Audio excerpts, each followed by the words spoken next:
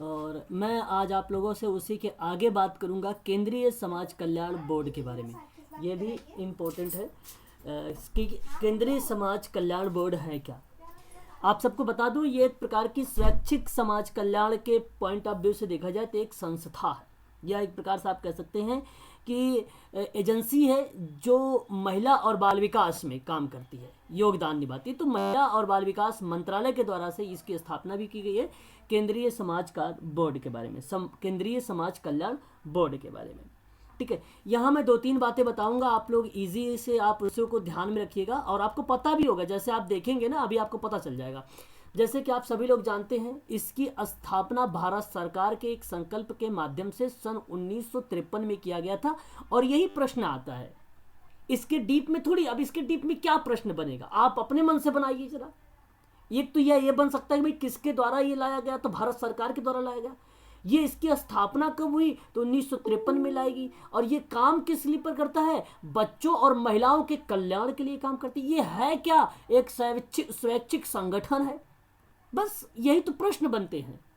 ऐसे ही जो यूट्यूबर वगैरह होते हैं, आपने प्रवीण का नाम सुना होगा, यूजिटेरिया प्रवीण, वो कहते हैं, उनका मुझे भी बहुत अच्छा लगता है, वो पढ़ाते हैं पॉलिटी, बहुत अच्छा पढ़ाते हैं। तो उनका वो कहते हैं कि जो भी कंटेंट पढ़ो आप, उस कंटेंट में से क्या करो कि प्रश्न बनाओ। तो प्रश्न बनाओ आप, इस लाइन से बन गए प्रश्न 4-5 टाइप के। ठीक है, तो ये चीज़ें हैं, आपको ये ध्यान रखना होगा कि 1953 में ये किया गया था इसकी स्थापना। और आगे अगर हम बात करें तो स्वैच्छिक कार्य को बढ़ावा देना, जाहिर सी बात है, स्वैच्छिक समाज कल्याण का अगर हम बात कर रहे हैं तो प्रथम पंचवर्षीय योजना में समाज कल्याण के क्षेत्र में ये काम किया था 1953 में। ठीक है, 1953 में काम किया गया था। और आगे अगर हम बात करें तो ये काम करता है महिलाओं और बच्चों के कल्याण के लेकर स्वैच्छिक संगठनों की तकनीकी और फाइनेंस का मतलब आर्थिक। आप देखिए तकनीकी, यहां पर आप कंफ्यूज मत होना है, ठीक है, कि भाई सामाजिक तो लिखा ही नहीं है कि समाज के लिए नहीं, सामाजिक में भी इसकी भूमिका होती है। ठीक है, एग्जैक्ट कोई नहीं कि अगर आपको मिलेगा सामाजिक में तो भी सामाजिक भी लगाएंगे आप लोग, है ना, गलत नहीं करेंगे प्रश्न को। तो सामाजिक भी होता है, तकनीकी भी होता है और वित्तीय सहायता भी होता है। वित्तीय का मतलब था आर्थिक, ऑप्शन में आर्थिक मिलेगा, वित्तीय नहीं लिखा मिलेगा आप लोगों के एग्जाम में। ठीक है, आर्थिक लिखा मिलेगा। तो ये आपका सहायता उपलब्ध कराने का एक उद्देश्य होता है केंद्रीय समाज कल्याण बोर्ड के बारे में। ठीक है स्वतंत्र जी, समझ में आ रहा है, बताइए।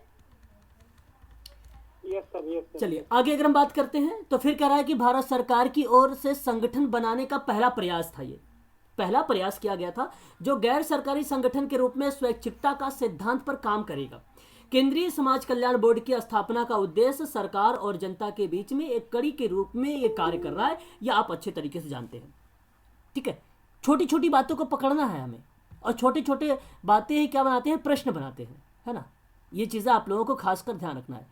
आगे अगर हम बात करते हैं तो फिर कह रहा है कि इसमें अगर भूमिका किसी की पूछी जाती है तो आप लोग ध्यान रखिएगा, आप सभी लोग, कि डॉक्टर दुर्गाबाई देशमुख ये नाम है, नोट करिएगा। केंद्रीय समाज कल्याण बोर्ड की संस्थापक के अध्यक्ष रही थी, ये आपको अच्छे तरीके से पता है। और इससे पूर्व यह योजना आयोग समाज सेवा के प्रभारी थे। और प्रथम पंचवर्षीय योजना, अब प्रथम पंचवर्षीय योजना मैंने भी बता रहा था आप लोगों से कि भाई जब स्वैच्छिक समाज कल्याण का इतिहास के बारे में अगर आप पॉइंट टू पॉइंट पढ़ें या कंपोनेंट के बारे में जानें तो प्रथम पंचवर्षीय योजना में समाज कल्याण क्षेत्र के लिए 4 करोड़ रुपए की व्यवस्था के साथ ये वर्ष 1953 में इसकी जो है स्थापना की गई थी। ठीक है, तो उसी प्रकार से यहाँ पे बताने की कोशिश की जा रही है कि योजना आयोग में समाज सेवा का प्रभारी थी। ये थी कौन, ये थी क्या, ये समाज सेवक थे, सोशल वर्कर थे।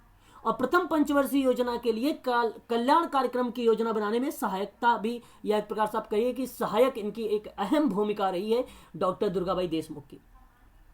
ठीक है, ये चीज आपको ये ध्यान रखना होगा।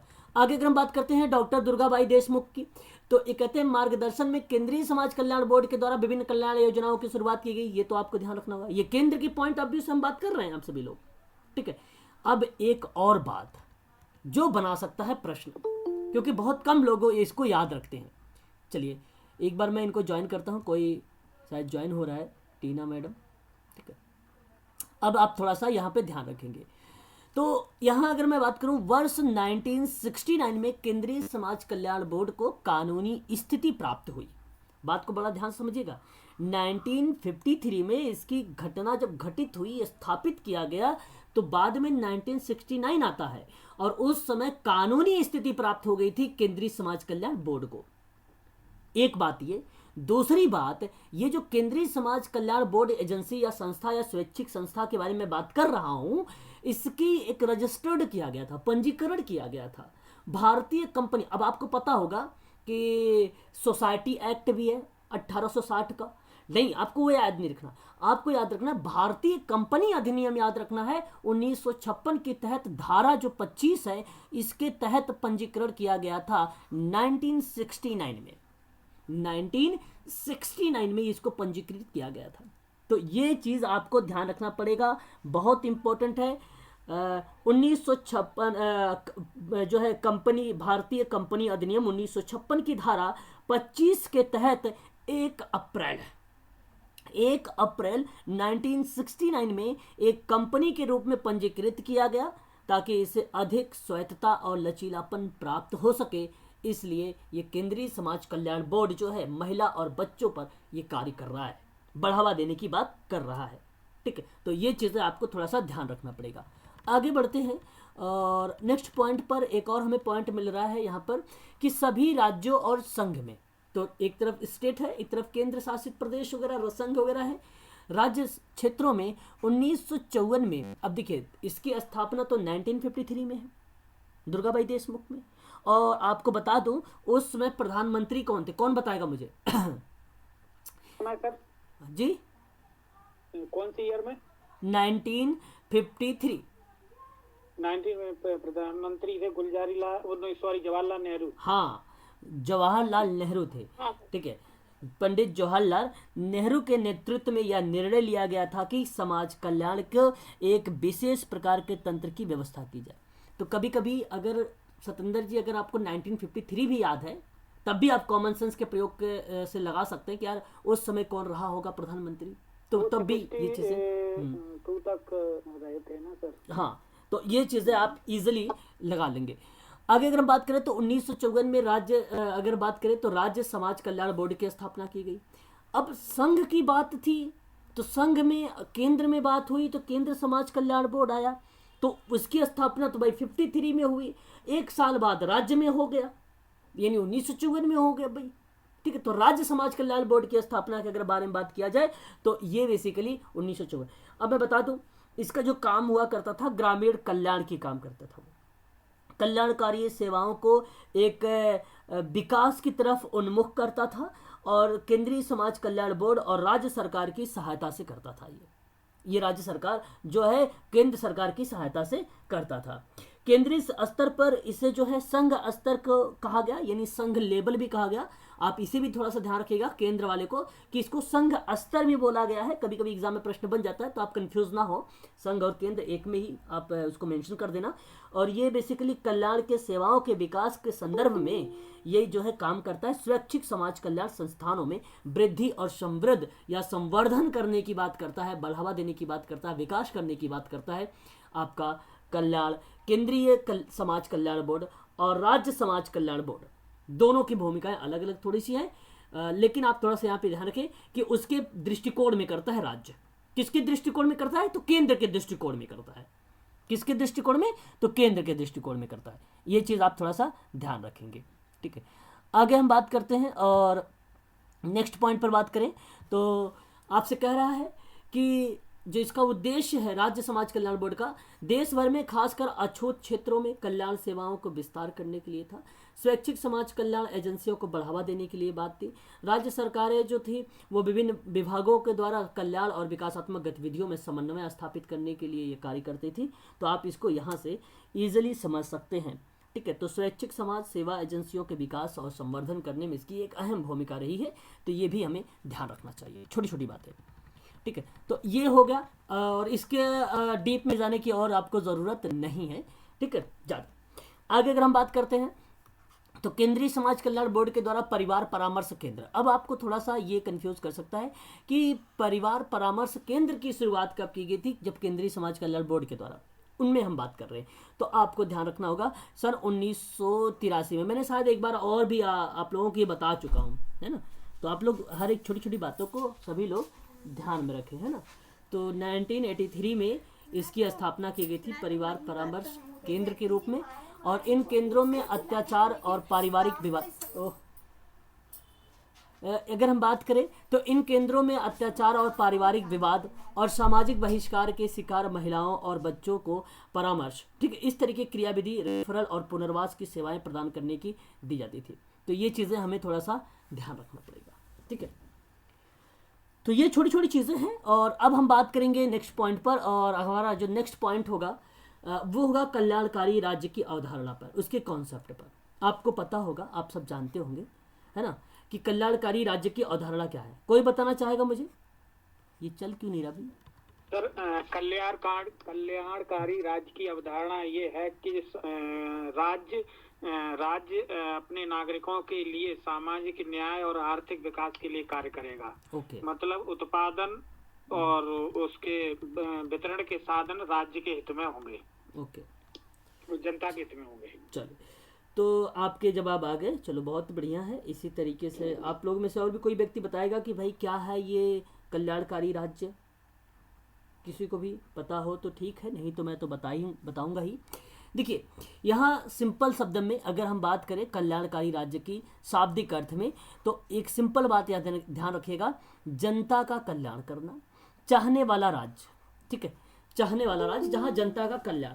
और इस प्रकार कल्याणकारी राज्य का जो मुख्य उद्देश्य था आम जनता का सर्वांगीण विकास करना। तो छोटी छोटी बातों को समझना है कि अगर कल्याणकारी राज्य लिख दे तो आपको कंफ्यूज नहीं होना है, सीधा सीधा आपको पकड़ना है पॉइंट्स को कि जनता का कल्याण कहीं तो नहीं लिखा हुआ है, कहीं सर्वांगीण विकास के बारे में तो बात नहीं कर रहा है, कहीं सामाजिक आर्थिक राजनीतिक विकास के बारे में बात तो नहीं कर रहा है। तो तुरंत आपको माइंड में आना चाहिए कल्याणकारी राज्य के बारे में, और जैसे ही वो चीज़ें आ जाएंगी तो आप इसको सही जवाब कर जाएंगे, फिर आप इसको सही कर जाएंगे कल्याणकारी में, ठीक है। और अभी मैं इसकी पीडीएफ जो है आप लोगों को प्रोवाइड कर दूंगा, है ना, इसकी पीडीएफ शायद आपके पास नहीं है। आगे हम बात करते हैं। तो नेक्स्ट पॉइंट पर कह रहा है कि साथ ही गरीबी, बीमारी, भूखमरी और उपद्रव, अशांति, मुक्ति दिलाना भी कल्याणकारी राज्य का एक मुख्य उद्देश्य है, ताकि आम जनता शांतिपूर्वक सुखपूर्वक जीवन यापन कर सके। ये बेसिकली एक बताता है मीनिंग और अर्थ है कल्याणकारी राज्य के बारे में। कल्याणकारी राज्य एक ही बात कहता है कि भाई मैं जनता का कल्याण करूंगा, सर्वांगीण विकास करूंगा, और इतना ही नहीं मैं करूंगा, मैं यहाँ तक कि गरीबी, भुखमरी और अशांति को दूर करूंगा, ये भी कहता है। प्लस में कहता है कि आम जनता में शांतिपूर्वक और सुखमय जीवन व्यतीत करे लोग, जो है ऐसी क्रियाविधि करता है कल्याणकारी राज्य, ठीक है। ये काम होता है कल्याणकारी राज्य का। कल्याणकारी राज्य की अगर हम परिभाषा देखें तो कुछ विद्वान हैं जिन्होंने अलग अलग तरीके से अपनी परिभाषा को रिप्रेजेंट किया है। तो एक परिभाषा है कैंट के अकॉर्डिंग, कह रहे हैं कि वह राज्य कल्याणकारी राज्य है जो अपने नागरिकों के लिए व्यापक सेवाओं की व्याख्या करता है, वो बेसिकली कल्याणकारी राज्य कहलाता है। सिंपल शब्द है भाई, आप समझ लीजिए कि आप जिस राज्य में रह रहे हैं, चाहे मध्य प्रदेश में रह रहे हो, चाहे आप उत्तराखंड में रह रहे हो, यूपी में रह रहे हैं या दिल्ली में रह रहे हैं, तो आप ये समझ जाइए कि वहाँ की जो सरकार है क्या कर रही है, नागरिकों को व्यापक सेवाएं प्रोवाइड कर रही है। उनको जो उनका विकास हो, सर्वांगीण विकास हो, वहाँ की गरीबी, भुखमरी और बीमारी वगैरह क्या हो, समाप्त हो, ऐसी बात किया जाता है। तो जब ऐसी बात आपके मन में आए तो आप तुरंत समझ जाओ कि इस कल्याणकारी राज्य ही तो है जहाँ पे व्यापक सेवाएं दी जा रही है, ठीक है। और डॉक्टर गार्नर के अकॉर्डिंग अगर हम बात करें तो इनका कहना है कि कल्याणकारी राज्य का जो उद्देश्य है राष्ट्रीय जीवन, अब इन्होंने थोड़ा सा राष्ट्रीय जीवन के लेवल पर सोच रहे हैं, और राष्ट्रीय धन जीवन में भौतिक और नैतिक स्तर पर विकसित करने की बात कर रहे हैं। तो गार्नर कहने का मतलब इनका ये है कि भाई राष्ट्रीय जीवन के लेवल पर, यानी उनका राष्ट्रीय कोष के रूप में भी, यानी आर्थिक के रूप में भी, भौतिक के रूप में भी, नैतिक के रूप में भी, उनका मतलब नैतिकता का भी विकास हो, उनके सामाजिकता का भी विकास हो, उनके आर्थिक स्थिति का भी विकास हो, और उनके राजनीतिक चीज़ों का भी विकास हो। तो इस तरीके की जो परिभाषा रिप्रेजेंट हो रही है वो गवर्नर की हो रही है। किसकी परिभाषा हो रही है? गवर्नर, ठीक है। तो आप दोनों बात एक ही है, अलग नहीं है दोनों, लेकिन बस शब्द अलग अलग है, लोगों के शब्द अलग अलग है, बस ये चीज़ आपको ध्यान रखना होगा, ठीक है। तो ये परिभाषा से आपको क्लियर हो गया होगा कि कल्याणकारी राज्य कहते किसे हैं, है ना, ये आपको समझ में आ गया होगा। यहाँ पर कहा जा रहा है कि उपरोक्त परिभाषा, जैसे मैंने अभी आपको कैंट और गार्नर के बारे में बताया, और उपर्युक्त परिभाषा के आधार पर स्पष्ट किया जाता है कि कल्याणकारी राज्य उन सभी सुविधाओं को प्रदान करता है जिनको प्राप्त करके व्यक्ति अपना सर्वांगीण विकास कर सकता है, और विकास के इस मॉडल में किसी विशेष वर्ग, किसी विशेष समुदाय या समाज के किसी विशेष अंग के हित की ओर ध्यान न देकर बल्कि उसका संपूर्ण समाज यानी सामान्य हितों का ध्यान देना, यानी सर्वांगीण विकास करने की बात, मतलब पर्टिकुलर किसी वर्ग का विकास नहीं कर रहा है, यहाँ पर किसी पर्टिकुलर समुदाय का विकास नहीं कर रहा है, ये किसी पर्टिकुलर जिला का विकास नहीं कर रहा है, ये है ना, तो सभी का विकास कर रहा है। ये कल्याणकारी राज्य कहता है उपर्युक्त परिभाषा जो आपने अभी देखा गार्डनर और कैंट की परिभाषा के माध्यम से। ठीक है, तो ये तो आपको समझ में आ गया होगा, बहुत ही सरल था ये। ठीक है, आगे बढ़ते हैं। अब हम बात करेंगे कल्याणकारी राज्य में कुछ उसके लक्षण होते हैं, कुछ उसकी विशेषताएं होती हैं, इससे हम थोड़ा सा जानने की कोशिश करेंगे क्या क्या होते हैं। ठीक है, तो एक होता है विकास लोकतंत्र के रूप में। जब भी कभी आप कल्याणकारी राज्य के उद्देश्य या लक्षण या विशेषताओं के बारे में बात करते हैं तो ऐसी परिप्रेक्ष्य में आपको एक बात ध्यान ये रखना होगा कि विकास लोकतंत्र के रूप में होता है। कल्याणकारी राज्य में शासन का मुख्य उद्देश्य है लोक कल्याण करना, लोगों का कल्याण करना, व्यापक लेवल पर कल्याण करना, है ना। तो अच्छा, व्यापक लेवल पर आपको ये पता होना चाहिए भाई आर्थिक, राजनीतिक, सामाजिक प्लस में गरीबी, भुखमरी, बीमारी, उपद्रव, अशांति को मुक्ति दिलाने की बात कर रहा है, कल्याणकारी राज्य की बात कर रहा है। और आम जनता शांतिपूर्वक सुखमय जीवन व्यतीत करे या सुखपूर्वक जीवन यापन करे, इस तरीके की बात कर रहा है। तो विकास लोकतंत्र के रूप में यही परिप्रेक्ष्य इसका है, परिप्रेक्ष्य यही दृष्टिकोण है। तो शासन के सभी कार्य जनता के कल्याण के लिए किए जाते हैं। कल्याणकारी राज्य का उद्देश्य है सभी नागरिकों के उत्थान की योजनाओं को लागू करना और उसके जीवन को स्वस्थ और समृद्ध और सुखी बनाना, यही कहता है विकास लोकतंत्र का रूप। तो ये एक प्रकार का लक्षण है। जब इस तरीके की बात दिखे तो तुरंत टिक मारो कि ये सही जवाब है, कल्याणकारी ये करेगा, कल्याणकारी राज्य ये जरूर करेगा। आर्थिक सुरक्षा, देखो मैंने आपको बता भी रहा था ना, आर्थिक सुरक्षा वेरी वेरी मोस्ट इंपॉर्टेंट। आर्थिक सुरक्षा क्या हो, कोई बताना चाहेगा मुझे, बताइए, कोई भी व्यक्ति? चलिए मैं बताता हूँ फिर। हाँ बताइए। वो पेंशन मिलती है सर जो वृद्धों को और जो बस समझ गए आप, हाँ समझ गए। तो यहाँ पर अगर हम बात करें जो है आर्थिक सुरक्षा के बारे में, तो कल्याणकारी राज्य का मुख्य उद्देश्य है लोगों को आर्थिक कल्याण करना। तो राज्यों में जो है वृद्ध व्यक्तियों के लिए, दिव्यांग व्यक्तियों के लिए, केंद्र में भी राज्य में भी अलग अलग तरीके से लोगों के लिए पेंशन भी प्रोवाइड किया जाता है, ये योजनाओं के माध्यम से भी किया जाता है ताकि वो अपना जीवन यापन सही तरीके से कर सके। इसलिए जो है आर्थिक सुरक्षा भी प्रोवाइड करता है ये आपका कल्याणकारी राज्य। ठीक है, तो यहाँ पे देखिए राज्य प्रत्येक नागरिक की आजीविका का प्रबंधन करता है। कल्याणकारी राज्य में कोई नागरिक गरीब नहीं होता है। प्रत्येक नागरिक मूलभूत आवश्यकताओं की पूर्ति करने में सामर्थ होता है। नागरिकों के आर्थिक संसाधनों की संतुष्टि का बंटवारा करना या बंटवारा होना, ये भी चीज़ आती है। सभी नागरिकों के पास अपने कौशल को विकसित करके आर्थिक संसाधन जुटाने में अवसर उपलब्ध कराना। तो कहीं ना कहीं आर्थिक सुरक्षा भी प्रोवाइड कर रहा है और उनके कौशलों को भी विकसित कर रहा है, संसाधन जुटाने में भी मदद कर रहा है। तो ये आपका जब भी कभी आपको कल्याणकारी राज्य में मिले प्रश्न में और ऑप्शन में आपको आर्थिक सुरक्षा भी मिले तो ये भी आप इसको भी टिक मार देना, ये भी सही हो जाएगा फिर आपका। ठीक है, आगे अगर हम बात करते हैं तो एक पॉइंट और आपका आ रहा है कि सामाजिक विकास जो है यहाँ पे सुरक्षा के रूप में कैसे होता है।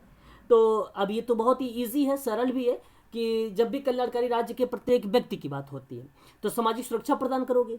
तो या बुजुर्ग व्यक्ति हो, वृद्ध व्यक्ति, अपाहिज, असहाय लोगों को राज्य सुरक्षा प्रदान करता है, सभी के स्वास्थ्य की व्यवस्था भी करता है। ठीक है, तो राज्य में भी होता है, केंद्र में भी होता है, दोनों में होता है। पर्टिकुलर ये नहीं कि बस राज्य में ही होगा, केंद्र में भी होता है। तो ये भी पॉइंट आपकी सही हो जाएगी। तो ये लक्षण दिख रहे हैं, सुरक्षा की बात दिख रहा है आपको कल्याणकारी राज्य, तो ये लक्षण है। उद्देश्य भी दिख रहा है आपको साफ शब्दों में कि सामाजिक सुरक्षा भी प्रोवाइड करता है। ठीक है, आगे अगर हम बात करें तो विकास जो है राजनीतिक सुरक्षा के रूप में कैसे होता है। तो अभी आप देख भी रहे थे ना, राजनीतिक और आर्थिक और सामाजिक, है ना। तो वो चीज़ है आपको यहाँ पे हेडिंग में आ गई है, पॉइंट में आ गया है। तो कल्याणकारी राज्य जो कानून की व्यवस्था बनाए रखता है, लोगों के जीवन की सुरक्षा के लिए राज्य पुलिस आदि की व्यवस्था भी करता है तथा सभी लोगों के राजनीतिक अधिकारों की रक्षा भी करता है। कल्याणकारी राज्य में सभी लोगों को राजनीतिक जीवन में भाग लेने के पूर्ण अधिकार प्राप्त होते हैं।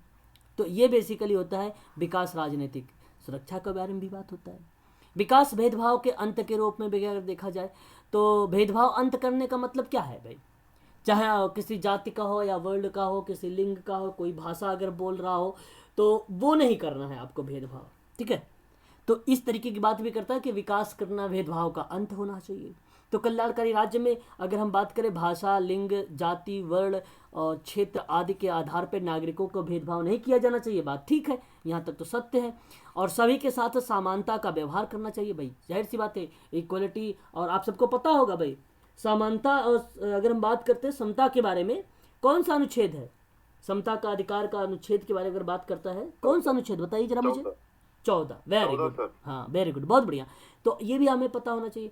और जब कभी बात करता है लिंग, जाति, वर्ण आदि के बारे में, तो वो कौन सा अनुच्छेद है जहां पर भेदभाव करने को मना करता है, वो निषेध बताता है? कौन सा? 15 सर, 15 का 3, 15 भी है, 15 का 3 भी है ना। तो पर्टिकुलर सबको अलग अलग तरीके से डिवाइड किया गया है, तो 15 भी आप कह सकते थे, 15 भी आपका सही रहेगा, 15 का 3 भी सही रहेगा, ठीक है। आगे अगर हम बात करते हैं तो यहाँ पर कल्याणकारी राज्य उन सभी परंपराओं का विरोध करता है और उनके उन्मूलन का मतलब होता है कम करना, है ना। उन्मूलन के लिए कानून बनाता है और जो समाज में भेदभाव को जन्म देती है, तो कम करना है, समाज में जो जन्म दे रहा है भेदभाव को, उसको समाप्त कर देना है हमें। यह क्रियाविधि होता है जब आप विकास के परिप्रेक्ष्य में या उसके दृष्टिकोण में भेदभाव का अंत करेंगे। तो ये चीज़ें बेसिकली हमें देखने को मिल जाती है, ठीक है। चलिए आगे बढ़ते हैं, नेक्स्ट पॉइंट लेते हैं। आपको स्क्रीन दिखाई दे रहा है ना? जी सर। हाँ, यस सर। आगे अगर हम बात करते हैं पॉइंट नंबर 6 से, पॉइंट नंबर 6 कहता है विकास जो होगा विश्व शांति और विश्वास के रूप में भी होता है। अब देखिए, अभी तक आप लोगों ने देखा भाई कि कल्याणकारी राज्य के उद्देश्य के रूप में भी देखा और लक्षण के रूप में भी देखा, विशेषता के रूप में भी देखा कि विकास जो होगा लोकतंत्र के रूप में होगा, आर्थिक सुरक्षा के रूप में होगा, सामाजिक सुरक्षा के रूप में होगा, राजनीतिक सुरक्षा के रूप में होगा, भेदभाव का अंत करने के रूप में भी होगा। अब आप देख रहे हैं विश्व शांति के रूप में भी होगा। बात ठीक है, कल्याणकारी राज्य विश्व शांति का विश्वास रखता है। अतः कल्याणकारी राज्य सभी पड़ोसी देशों के साथ मित्रता का प्रयास करता है। आप सभी को पता होगा, आप सभी लोग जानते भी होंगे। और कल्याणकारी राज्य अंतर्राष्ट्रीय विवादों को शांतिपूर्ण ढंग से निपटाने के लिए विश्वास रखता है। दूसरे शब्दों में अगर कहा जाए तो कल्याणकारी राज्य युद्ध का विरोध करता है, विश्व शांति स्थापित करना चाहता है। तो जब कभी युद्ध वगैरह की बात आए, विश्व शांति की बात आए, तो आप तुरंत समझ जाना कि ये कल्याणकारी राज्य है। और मैं वही कल्याणकारी राज्य की अवधारणा ही बता रहा हूँ। MPPSC सिलेबस नंबर जो है यूनिट नंबर 4 में साफ शब्दों में पूछा है कल्याणकारी राज्य की अवधारणा के बारे में। हो सकता है प्रश्न यहाँ से बनाए जाए आप लोगों से, है ना। कल्याणकारी राज्य के अगर हम कार्यों के बारे में अगर देखें तो अनेक विद्वानों के द्वारा राज्य के कार्यों को 2 भागों में विभक्त कर दिया गया। एक बताया गया ऐच्छिक कार्य, दूसरा बताया गया अनिवार्य कार्य। ऐच्छिक कार्य आपको अच्छे तरीके से पता होगा। ऐच्छिक कार्य हम उसे कहते हैं कि जो नकारात्मकता का कार्य हो, जो अनैच्छिक कार्य हो, जो असामाजिक कार्य है, उसको दूर करना है और ऐच्छिक कार्य को लाना है। तो जब भी ऐच्छिक शब्द जुड़े तो आप अनैच्छिक शब्द को जरूर जोड़ें। प्रश्न भी ऐसे ही आता है, ऐच्छिक अनैच्छिक जरूर देता है ऑप्शन में। और अनिवार्य कार्य वो बताने की कोशिश की जा रही है कि जो कंपलसरी है, कि एक व्यक्ति का कर्तव्य, एक व्यक्ति के जो दायित्व है उसके बारे में बताता है। जब आप ऐसे कार्यों को करते हैं तो वो आपके अनिवार्य कार्य में मेंशन कर देता है। लेकिन कल्याणकारी राज्य जो है इस विभाग में विश्वास नहीं रखता। कल्याणकारी राज्य जो है उनके लिए प्रजा के कल्याण संबंधी सभी कार्य अनिवार्य होते हैं, ठीक है। और कल्याणकारी राज्य के कुछ कार्यों का वर्णन इस प्रकार है, जैसे आंतरिक दंगों और विदेशी आक्रमण से सुरक्षा या रक्षा करने की बात करता है। अब आंतरिक दंगे, आज की डेट आप लोगों को पता होगी, है ना। एक प्रकार से हम आंतरिक दंगे नहीं कह सकते हैं। 26/11 आपको पता, 26/11 ब्लैक फ्राइडे आज का ही डे है, मुंबई का। हाँ मुंबई का, आप सबको पता होगा। और ये एक प्रकार से अगर कहा जाए तो हमारे पॉइंट ऑफ व्यू से तो आंतरिक दंगे ही था, है ना। क्योंकि हमें वो चीज़ें ये पता नहीं चला भाई कि अंदर आया कैसे वो व्यक्ति, है ना, मुंबई में कैसे ये कांड हुआ। भाई जाहिर सी बात है, ऐसे थोड़ी आ सकता कोई व्यक्ति, है कि नहीं। इतनी जांच लगती है, इतनी सारी चीज़ें होती है, कोई भी बॉर्डर पार करके आता है ना। तो आतंकवादी हमले शायद उसका नाम दिया गया था, आप सबको पता होगा, आप जानते होंगे भली भांति तरीके से। तो आंतरिक दंगे और विदेशी आक्रमण की रक्षा करने की भी बात करता है ये कल्याणकारी राज्य भी, और कहता है कि अपने नागरिकों को पूर्ण सुरक्षा प्रदान करना है, व अपने नागरिकों को आंतरिक दंगे और विदेशी आक्रमणों से सुरक्षा प्रदान करना, और इसके लिए राज्य पुलिस और सेना की व्यवस्था करता है। तो ये व्यवस्था करता है, ठीक है। तो ये चीज़ आ जाती है आंतरिक दंगों और विदेशी आक्रमण से रक्षा करने में, एक चीज़ें तो ये करेगा। दूसरी बात करेगा कि जीवन और संपत्ति की रक्षा करता है। तो राज्य के प्रमुख कार्य है लोगों की रक्षा करना, ये तो बात सही है कि प्राथमिक कार्य है, और राज्य का जन्म भी इसी आवश्यकता की पूर्ति के लिए हुआ है। यदि राज्य अपने नागरिकों की संपत्ति और जीवन की रक्षा नहीं कर पाया तो उसका अस्तित्व ही समाप्त हो जाएगा, लोगों का विश्वास ही राज्य से उठ जाएगा, और व्यक्ति राज्य में इसलिए रहता है क्योंकि राज्य उसके जीवन और संपत्ति की रक्षा करता है, इसलिए व्यक्ति राज्य में रहता है। सिंपल सिंपल शब्द है, सिर्फ समझना है हम लोगों को, ठीक है, बाकी इजी है, ये इसके कार्य है। आगे अगर हम बात करें कि शिक्षा और स्वास्थ्य सेवाएं प्रोवाइड करना, कोई बताना चाहेगा मुझे, जरा बताएं क्या हो सकता है। अपने मन से भी थोड़ा बहुत आप लोग बताएं, मैं तो बताऊंगा ही बताऊंगा, इसमें कोई दो राय नहीं है।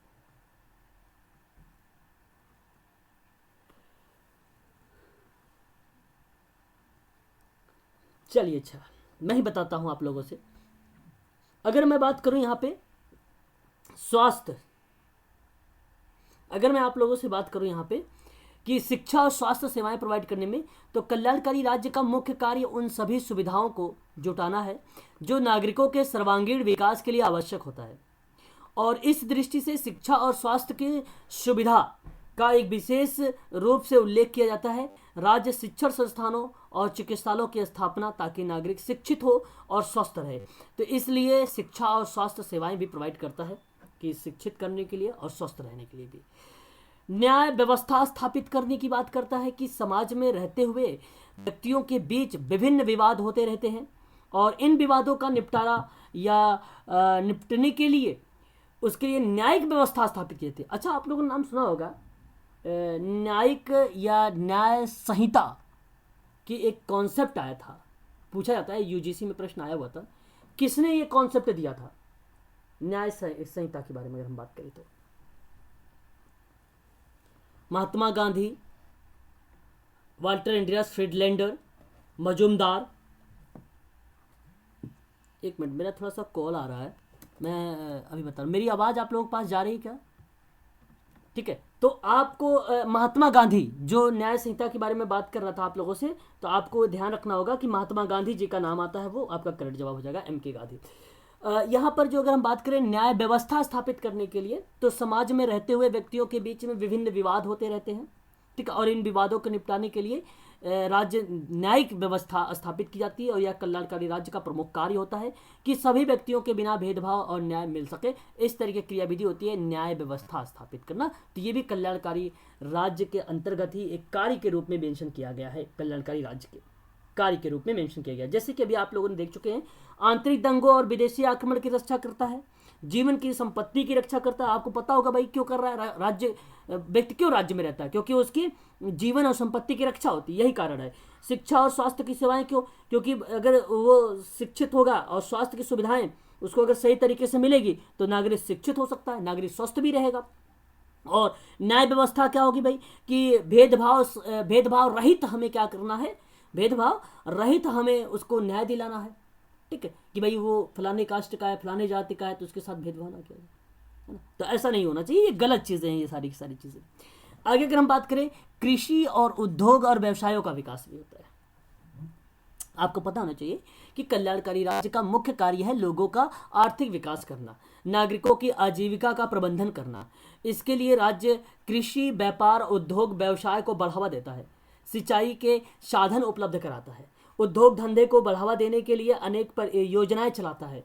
ऐसी परिस्थितियां उत्पन्न करने की कोशिश करता है कि जो कृषि, व्यापार, उद्योग और अन्य व्यवसायों के लिए लाभकारी हो।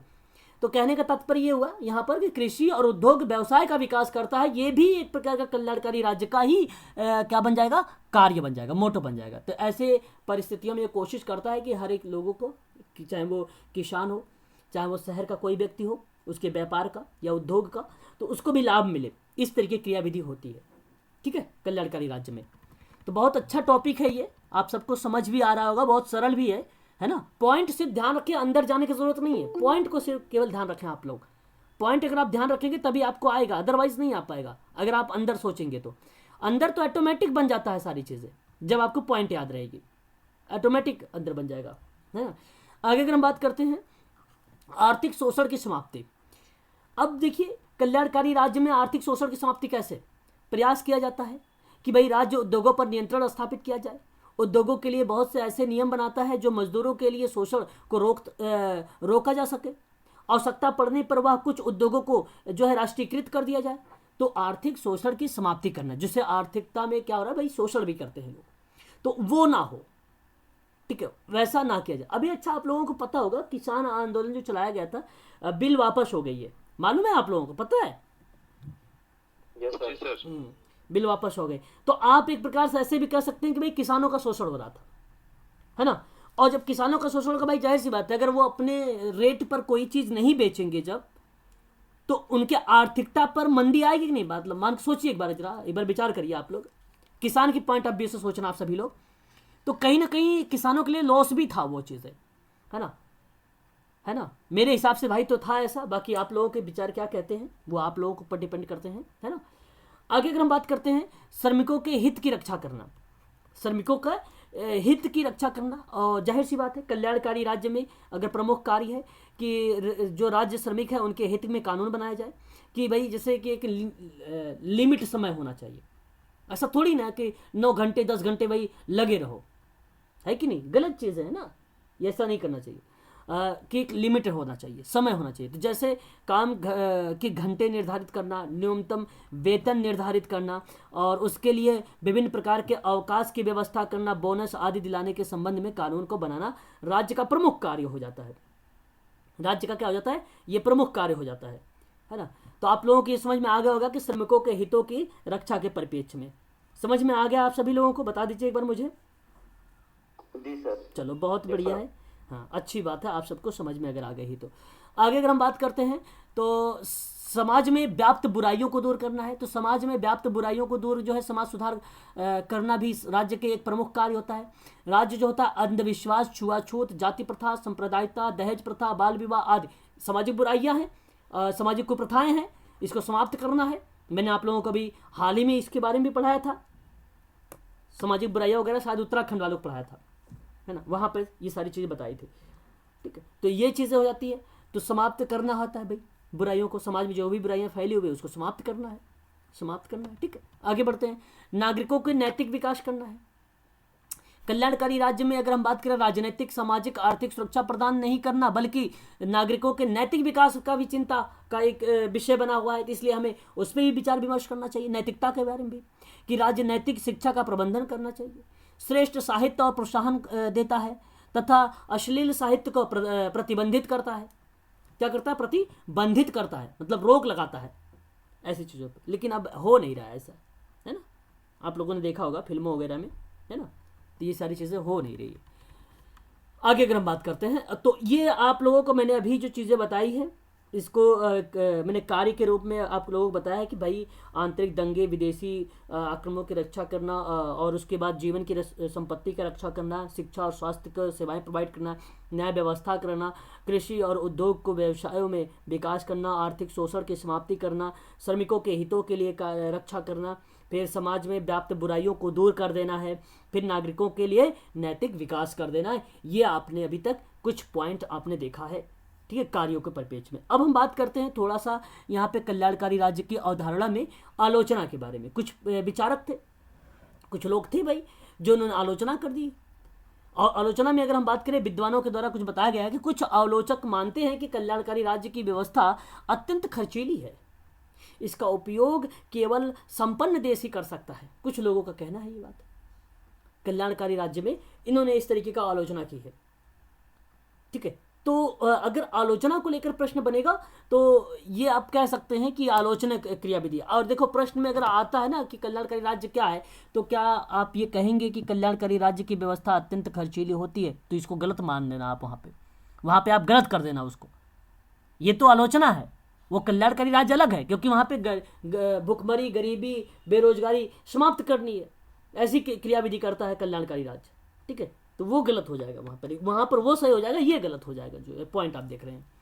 आगे अगर हम बात करते हैं, पूंजीपति कल्याणकारी राज्य का विरोध करते हैं। जो पूंजीपति लोग हैं वो कल्याणकारी राज्य का विरोध करते हैं, क्योंकि कल्याणकारी राज्य उन पर अनेक प्रतिबंध लगा देता है, इसलिए वो विरोध करते हैं पूंजीपति लोग।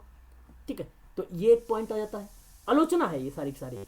और इसमें कहा गया है तीसरे पॉइंट में कि इस व्यवस्था में नौकरशाही को अनावश्यक रूप से अधिक महत्व दिया जाता है, और जिससे कई बार नौकरशाही व्यवस्था निरंकुश हो जाती है, या निरंकुशता जो है आ जाती है इसमें। तो ये भी एक प्रकार से कहीं ना कहीं आलोचना के परिप्रेक्ष्य में हम इसको देख रहे हैं। आगे अगर हम बात करते हैं, पॉइंट नंबर 4 भी ले लेते हैं कि यह व्यवस्था जो है नागरिकों की स्वतंत्रता पर अनेक प्रतिबंध लगाती है, और यह अवधारणा जो है अस्पष्ट है, और यह व्यवस्था को क्रियान्वित करना कठिन होता है। तो कहीं ना कहीं ये सारी के सारी जो अपने 5 पॉइंट अभी आपको बताए हैं, ये पांचों अपने आप में आलोचना के पॉइंट ऑफ व्यू से देखा जाए तो इम्पोर्टेंट है। कल्याणकारी राज्य की व्यवस्था अत्यंत खर्चीली है, कुछ लोगों का मानना है, और ये केवल वही देश कर सकता है जो संपन्न हो। पूंजीपति लोग कहते हैं कि भाई ये राज्य का विरोध करते हैं, क्यों करते हैं? क्योंकि अनेक प्रतिबंध लगा दिया जाता है, इसलिए वो विरोध करते हैं। नौकरशाही अनावश्यक रूप में अधिक महत्व दिया जाता है नौकरशाही को। ठीक है, तो नौकरशाही व्यवस्था यहाँ पे निरंकुश हो जाती है। लोगों को कहना है कि भाई नागरिकों की जो स्वतंत्रता है वो अनेक प्रतिबंध लगती है उस पर, नागरिक की स्वतंत्रता पर, और अवधारणा स्पष्ट है इसका, और इस वजह से व्यवस्था क्रियान्वित करना बड़ा कठिन हो जाता है। तो ये कहने का तात्पर्य है एक प्रकार से ये कल्याणकारी राज्य की आलोचना है कुछ की गई है। ठीक है, तो कभी कभी प्रश्न इससे भी बनाने की संभावनाएं बन जाती हैं। कल्याणकारी राज्य में अगर हम बात करें वेलफेयर स्टेट में, तो शासन का वह संकल्पना है जिसमें राज्य और नागरिकों के आर्थिक और सामाजिक उन्नति का महत्व जो है भूमिका निभाई जाती है। ठीक है, मैंने अभी आप लोगों को बताया भी है ना। तो अगर साथ साथ अगर हम बात करें केंद्र समाज कल्याण बोर्ड के बारे में भी, तो वो भी कहीं ना कहीं आर्थिक, सामाजिक, और आर्थिक का मतलब वही वित्तीय से हो जाएगा, है ना, और लोगों का बढ़ावा देने की बात करता है राज्य की। ठीक है, तो वो कहीं ना कहीं इससे थोड़ा सा मैच भी करता है ना, कहीं इससे थोड़ा सा। सोशल वर्कर को तो हमेशा सोचना ही चाहिए कि समाज में उसको सामाजिक तरीके से और आर्थिक तरीके से सक्षम बनाना है। ये सोशल वर्कर को सोचना ही चाहिए, ये बात तो है ना, ये बात हमेशा सोचना चाहिए आप सभी को। आगे अगर हम बात करें, कल्याणकारी राज्य जो है अवसर के समानता और धन जो है समाप्ति के समान वितरण, तथा जो लोग अच्छे जीवन की न्यूनतम आवश्यकताओं को स्वयं जुटा पाने में असमर्थ हैं, उनकी सहायता करने में जैसे सिद्धांतों पर आधारित है कल्याणकारी राज्य। ठीक है, कल्याणकारी राज्य आधारित है उस पर। ठीक है, आगे हम बात करते हैं, यह एक सामान्य शब्द है कि जिसके अंतर्गत अनेक प्रकार के आर्थिक और सामाजिक संगठन आ जाते हैं। कल्याणकारी राज्य सरकार का एक रूप है जिससे राज्य समान अवसर के सिद्धांत और धन के समान वितरण और नागरिकों के लिए सार्वजनिक जिम्मेदारी के आधार पर नागरिकों के आर्थिक और सामाजिक भलाई की रक्षा करता है और उन्हें बढ़ावा देता है जो स्वयं का लाभ उठाने में असमर्थ है, और एक अच्छे जीवन को न्यूनतम प्रावधान के बारे में भी बात करता है। कहने का तात्पर्य यहाँ पर यह है कि कल्याणकारी राज्य सरकार क्या करती है, वो समान अवसर प्रोवाइड करती है, धन का समान वितरण करती है, सार्वजनिक जिम्मेदारी के बारे में बात करती है, सामाजिक भलाई के बारे में बात करती है, आर्थिकता के बारे में बात करती है, राजनीतिकता के बारे में बात करती है, गरीबता को समाप्त करती है, भूखमरी को समाप्त करती है। ये क्रियाविधि किसकी आ रही है? कल्याणकारी राज्य की आ रही है। तो ये बेसिकली अच्छा जीवन के बारे में बात करता है। अभी आप देख भी रहे थे विशेषताओं और लक्षण के पॉइंट ऑफ व्यू में, तो वो सारी की सारी पॉइंट यहाँ पे जो है मैच भी कर रही हैं जो अभी आपने ऊपर पढ़ा है। कल्याणकारी राज्य के विभिन्न क्रियान्वयन के 3 श्रेणी होते हैं। जैसे आप अगर मान लीजिए क्रियान्वयन की श्रेणी अगर पूछता है आप लोगों से, तो आप थोड़ा सा यहाँ पे ध्यान रखिएगा। एक सामाजिक होता है, एक लोकतांत्रिक होता है, एक उदारवादी होता है, एक रूढ़िवादी होता है। एक मिनट, सॉरी यार, यहाँ पर एक सामाजिक लोकतांत्रिक होता है, एक उदारवादी होता है, एक रूढ़िवादी होता है। ये 3 ही होते हैं। ठीक है, सामाजिक लोकतांत्रिक होता है, उदारवादी होता है और रूढ़िवादी होता है। तो ये आप लोगों को थोड़ा सा ध्यान रखना पड़ेगा जो है क्रियान्वयन को लेकर।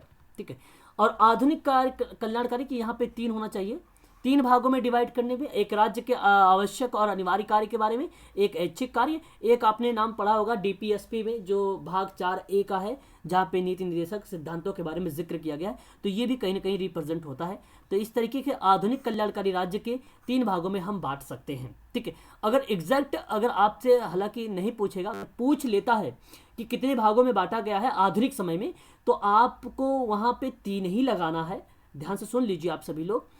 और यदि नहीं पूछता है कि भाई, अगर पूछता है इनमें से कौन सा नहीं है, तो आप इसको राज्य के अनिवार्य कार्य को भी आप मेंशन कर देंगे, ऐच्छिक कार्य को भी मेंशन कर लेंगे, और आप नीति निर्देशक सिद्धांत को भी क्या कर लेंगे, इन्वॉल्व कर लेंगे।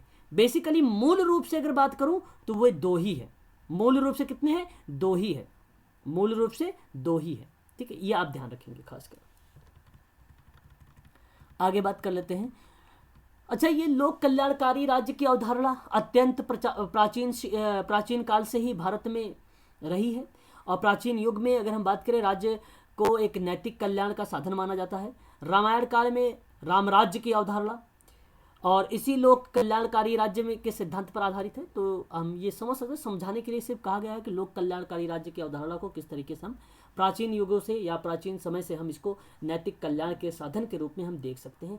एक रामायण के काल के माध्यम से बताने की कोशिश की जा रही है आप लोगों के कि लोक कल्याणकारी राज्य का सिद्धांत पर आधारित था वो। आगे अगर हम बात करते हैं तो हिंदुओं के धार्मिक ग्रंथों में यहाँ तक लिखा है कि राजा अपनी प्रजा का हित नहीं चाहता है। अब आप सभी लोग इस पे विचार करिएगा कि राजा अपनी प्रजा का हित नहीं चाहता है। क्या ये बात सही है? ये ग्रंथों में मिला है। अभी पॉजिटिव चीजें मत सोचिएगा। राजा हमारे लिए कौन है इस समय? मोदी जी। मोदी सर, हाँ, हमारे लिए मोदी। तो अब ये कहने की बात है कि धार्मिक ग्रंथों में लिखा हुआ पाया गया था ये कि राजा हमारे हित के बारे में नहीं सोचते। और जैसा कि अगर आप पुरानी हिस्ट्री उठा के देखें तो जैसे समुद्रगुप्त था एक, ठीक है, घनानंद का ही देख लीजिए आप, उसके भाइयों के बारे में, है ना, तो वो भी मिल जाएगा आपको कहीं ना कहीं। जो है राजा जो था वो प्रजा पर क्या करता था भाई? अत्याचार करता था। ठीक है, ऐसी चीज़ें हमें मिल जाती है हिस्ट्री में, धार्मिक ग्रंथों में लिखा हुआ मिला है। अभी वर्तमान में ऐसे कुछ नहीं है, ये ध्यान रखिए आप सभी लोग। अपने कर्तव्यों का पालन नहीं करता है, वह नरक का अधिकारी होता है। ये बातें धार्मिक ग्रंथ में कहा गया। चाणक्य हो, फिर अरस्तु और प्लेटो, इन्होंने भी लोक कल्याणकारी राज्य की अवधारणा का महत्व दिया। और लोक कल्याणकारी राज्य के तात्पर्य इन्होंने बताया कि किसी विशेष वर्ग के कल्याण ना होकर संपूर्ण जनता का कल्याण करना। चाणक्य ने भी बोला था अपने अर्थशास्त्र में, अरस्तु ने भी बोला था, प्लेटो ने भी ये बात बोला था कि संपूर्ण। अभी हम लोग देख भी रहे थे, सर्वांगीण विकास के बारे में बात कर रहा है कल्याणकारी राज्य, सामाजिक विकास के बारे में बात कर रहा है, आर्थिक विकास के बारे में बात कर रहा है, राजनीतिक विकास के बारे में बात कर रहा है ना। आप सबको ये पता होगा अच्छे तरीके से, है ना। चलिए आगे बढ़ते हैं।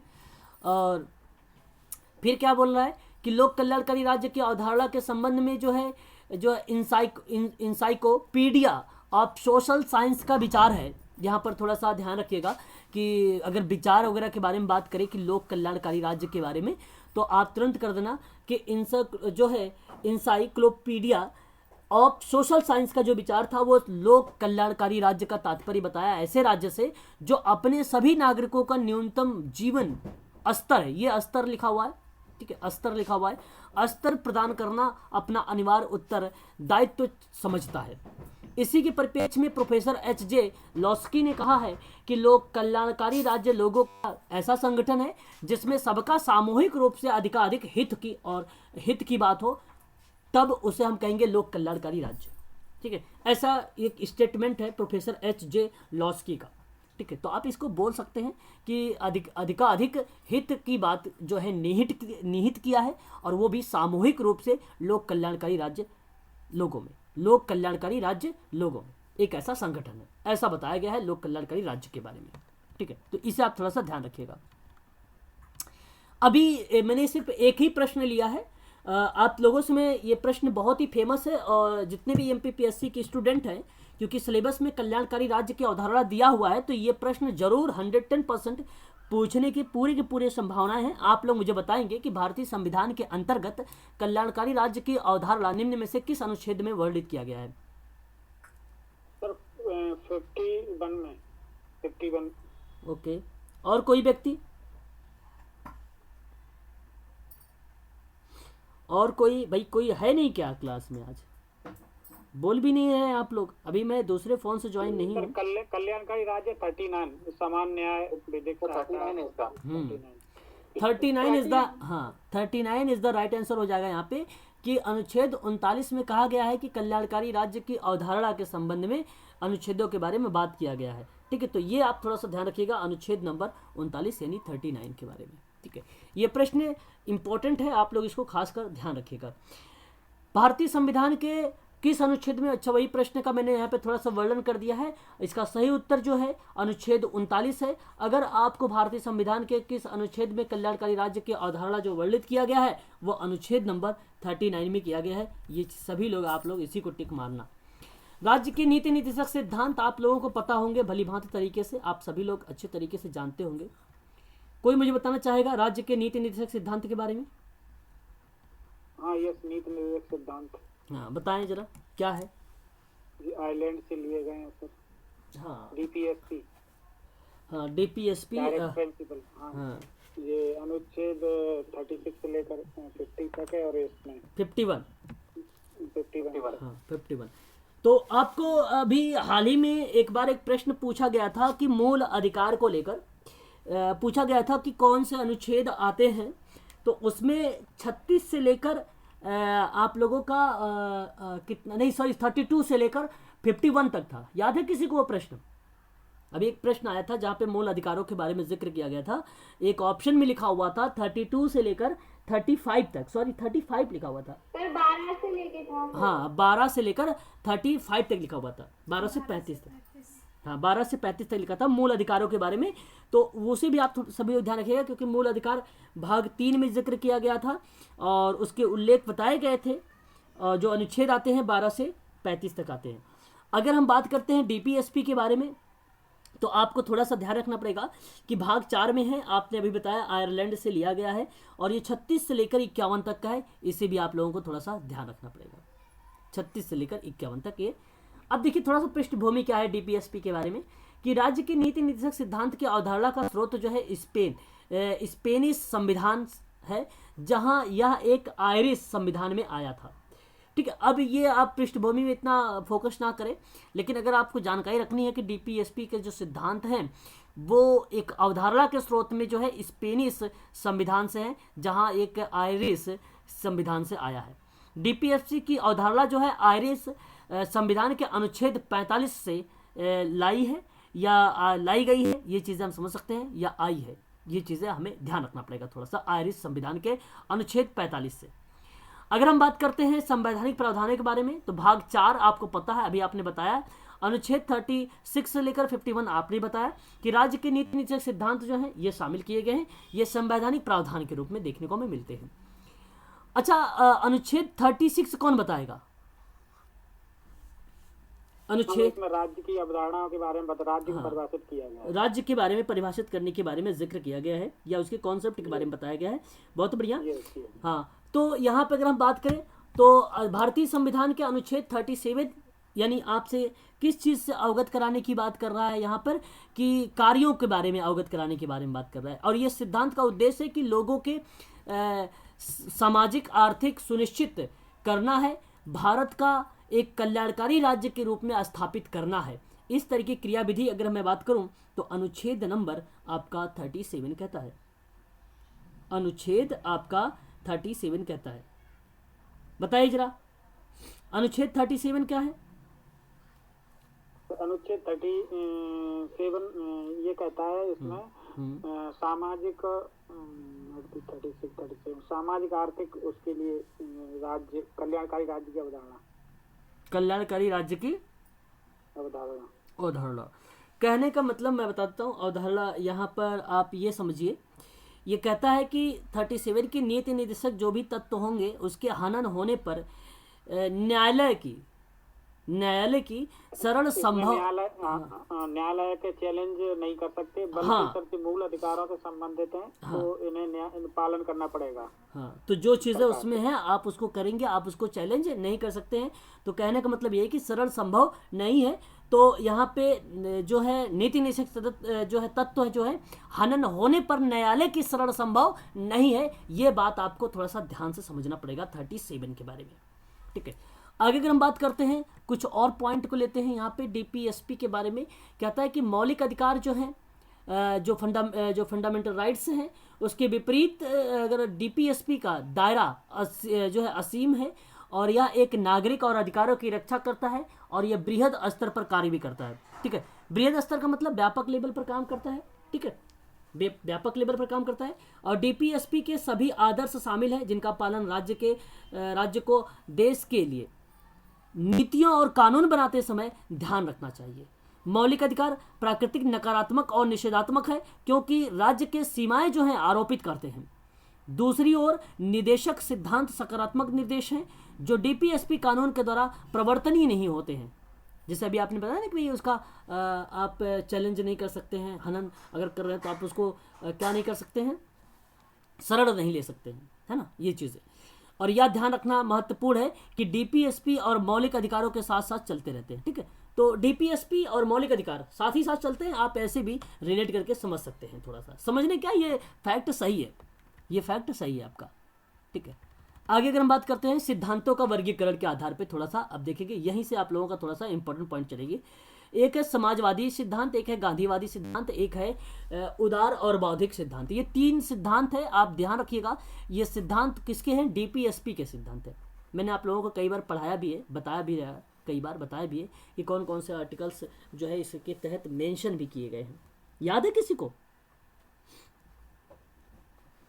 बताएं। सर मेरे को सभी आर्टिकल याद है, सर मेरे को याद है। अच्छा जी, चलो ठीक है। ठीक है। हाँ, तो मैं ये पूछ रहा हूँ आप लोगों को, मैंने बताया है कि समाजवादी सिद्धांत के अंतर्गत कुछ अलग अलग अनुच्छेद होते हैं, गांधीवादी सिद्धांत के अंतर्गत कुछ अलग अनुच्छेद होते हैं, उदारवादी के अंतर्गत कुछ अलग सिद्धांत होते हैं, अनुच्छेद होते हैं। इन सिद्धांतों के अंतर्गत आपको देखना है कौन कौन से अनुच्छेद आते हैं। जैसे मैं बात करूँ समाजवादी में, तो समाजवादी सिद्धांतों पर आधारित है अनुच्छेद नंबर 38। पता है आपको अनुच्छेद 38 क्या कहता है? अनुच्छेद 38 से कहता है कि राज्य सामाजिक आर्थिक राज्य के विकास के लिए योजना बनाएगा। इस कल्याणकारी राज्य की अवधारणा को परिभाषित करता है। लोक कल्याणकारी राज्य, हाँ, जिसकी नीतियों का वर्णन करने के बारे में बात करता है। अनुच्छेद नंबर 38 कहता है कि राज्य सामाजिक, आर्थिक और राजनीतिक जो है न्याय सुनिश्चित करेगा, आय, स्थिति, सुविधाएं तथा अवसर, असमानताओं को कम करेगा, सामाजिक व्यवस्था को सुरक्षित और संरक्षित करेगा और लोगों के कल्याण के लिए बढ़ावा का प्रयास भी करेगा। ये आपका अनुच्छेद 38 बताता है। आगे अगर हम बात करते हैं 39 के अंतर्गत, 39 में अभी भी आप लोगों ने देखा भी है, अभी आपने थोड़ा सा व्याख्या भी किया था। और यहाँ पर अगर हम बात करें, मैं बताऊं 39 के बारे में बताऊं सर? बताइए। 39 सामाजिक न्याय एवं विधिक सहायता के लिए है।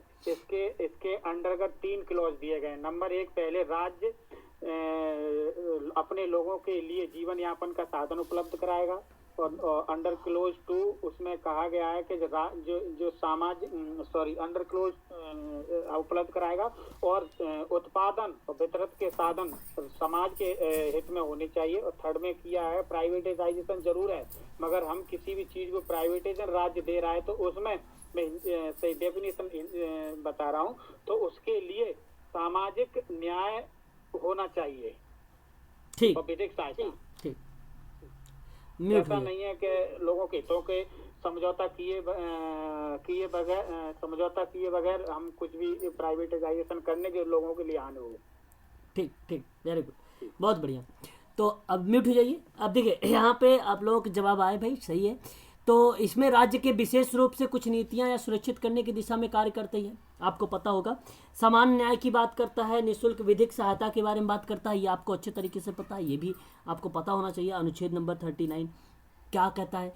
कहता है कि यहाँ पर कि सभी नागरिकों को आजीविका के पर्याप्त साधन का अधिकार के बारे में बात करता है। एक पॉइंट ये हो जाएगा जहाँ पे सभी नागरिकों के आजीविका का पर्याप्त साधन का अधिकार हो। फिर कहता है कि भौतिक साधनों में स्वामित्व और नियंत्रण का सामान्य जन की भलाई के बारे में बात हो, सामान्य जन की भलाई के बारे में बात हो। फिर कहता है कि कुछ लोगों के ऐसे व्यक्ति के पास धन को जो संकेंद्रित करने से बचाने के बारे में बात करता है। अभौतिक साधनों के संकेंद्रण को रोकता है ये। आ जाओ फिर। तो ये चीज़ें होती हैं, ठीक है। तो यहाँ पर अगर हम बात कर रहे हैं तो इस चीज़ को भी हमें ध्यान रखना चाहिए। भौतिक साधनों के स्वामित्व और नियंत्रण को सामान्य जन की भलाई के लिए व्यवस्थित करना, ये भी सही हो जाएगा। और कुछ भी व्यक्तियों के पास धन को जो है केंद्रित करने से बचाना, ये भी हो जाएगा। पुरुष और महिलाओं दोनों को एक समान कार्य के समान वेतन के बारे में बात करता है। श्रमिकों की शक्ति और स्वास्थ्य और सुरक्षा के बारे में बात करता है। बच्चों के बचपन और युवाओं का शोषण ना होने पाए, इस तरीके की बात भी अनुच्छेद नंबर 39 में कहा गया है, ठीक है। तो सबसे अच्छी बात तो ये है, आप याद रखें कि सामान्य न्याय निःशुल्क विधिक सहायता, ये आपके लिए इंपॉर्टेंट एग्जाम में प्रश्न बनता है। एक और आता है समाजवादी के अंतर्गत अनुच्छेद नंबर 41। अनुच्छेद नंबर 41 क्या बोलता है? 41 कहता है कि चलो कोई नहीं।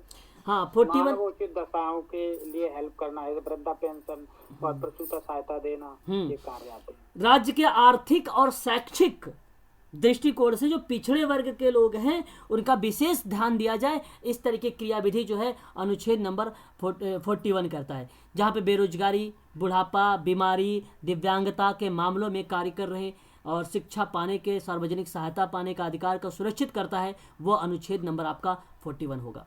अभी 40 नहीं आया है, वो दूसरे के अंतर्गत आएगा, याद रखिएगा आप सब। 43 वो 42 में मानवोचित दशाएं, वो भूल गया था। अनुच्छेद नंबर अगर हम 42 के बारे में बात करें तो यहाँ पे 42 आपसे क्या बोलता है? 42 कहता है कि कार्य के जो न्यायोचित, या न्यायोचित का मतलब होता है उचित, है ना, जहाँ पे दशाएं जो हैं बनाएगा और महिलाओं को निःशुल्क प्रसूति सहायता उपलब्ध कराएगा महिलाओं को।